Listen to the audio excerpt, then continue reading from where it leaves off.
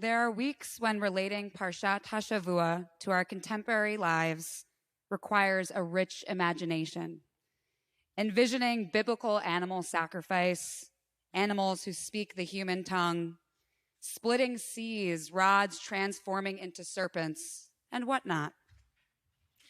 There are other weeks, however, when the Parsha is strangely analogous to the present, as if the passage were inscribed in the context of our current state of affairs.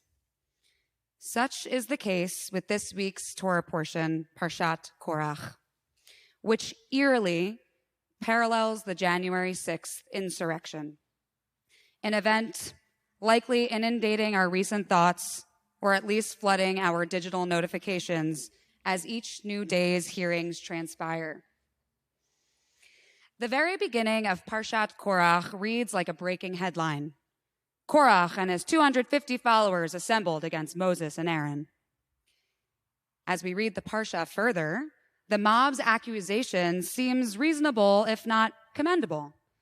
They confront Moses and Aaron, stating, Rav lechem ki chol ha'eda kulam kedoshim, uftocham Adonai, umadua titnasu al kahal Adonai.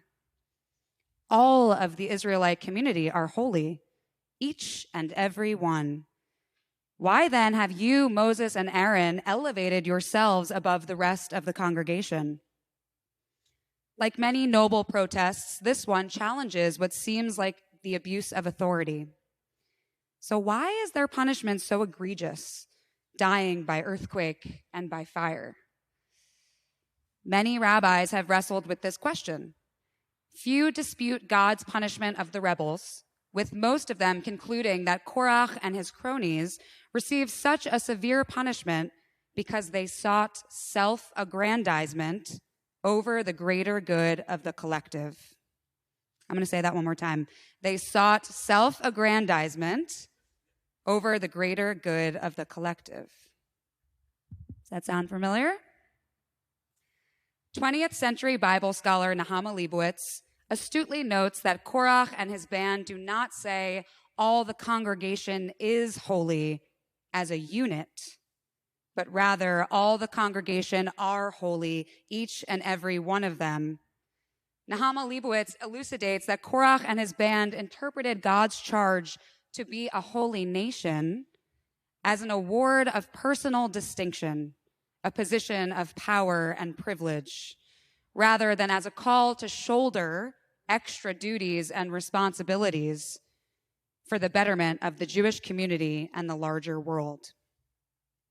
Nahama Leibowitz understands the Hebrew term kadosh, meaning holy, suggests that a sacred object or person is set apart from others for a particular purpose or responsibility, but does not grant the person or object elevated power over others.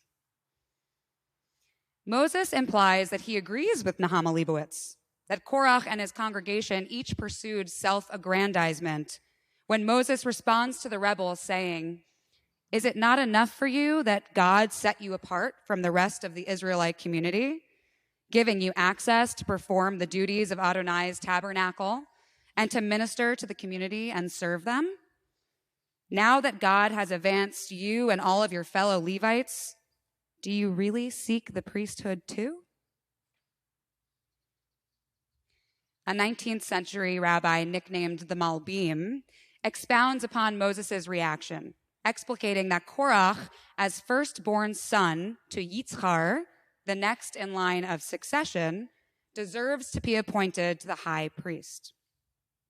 That is to say, Korach was a first cousin to both Moses and Aaron, the high priest, and therefore was of royal and priestly lineage himself. Midrash informs us that in order to foment his rebellion, Korach went about seducing every tribe, carefully crafting his speech for each audience, misleading them with falsehoods about Moses and Aaron's obsessions with fame and power, stirring up in the tribes unholy desires for each person to be conferred with priestly status, with power and privilege they never earned. This line of interpretation hauntingly mirrors the January 6th insurrection, teaching us about the dangers of elevating the self over the greater community. Another puzzling piece of this parsha is found in the machtot, the fire pans used by Korach and his band to offer the priestly incense in an attempt to persuade God and the community that they deserve positions of power and privilege. After using these sacred instruments for sacrilegious purposes for a public demonstration of false piety, that questioned the jurisdiction of God and of our ancestors' system of authority, God orders one of the priests to remove the used fire pans, these pieces of charred metal, for they have become sacred, and to hammer them into sheets as plating for the altar, as a sign or maybe more like a warning for the Israelite people. Our sages were understandably perplexed by this command. 15th century Spanish Rabbi Isaac Arama, however, offers a valuable rationale that can perhaps improve our own reckoning with the aftermath of the January 6th insurrection, which continues to sear its imprint on the soul of our American Republic like the burned remains of the fire pans. Rabbi Arama writes, "The fire pans symbolized victory over falsehood. In the end, they served the cause of truth and were therefore sanctified." January 6th was a day that millions of Americans agree profaned the ideals of American liberty and democracy. Publicly recounting the ghastly details of January 6th engenders for many of us feelings of fear, pain, hopelessness, and anger. It may be a day we wish to altogether erase from our memory.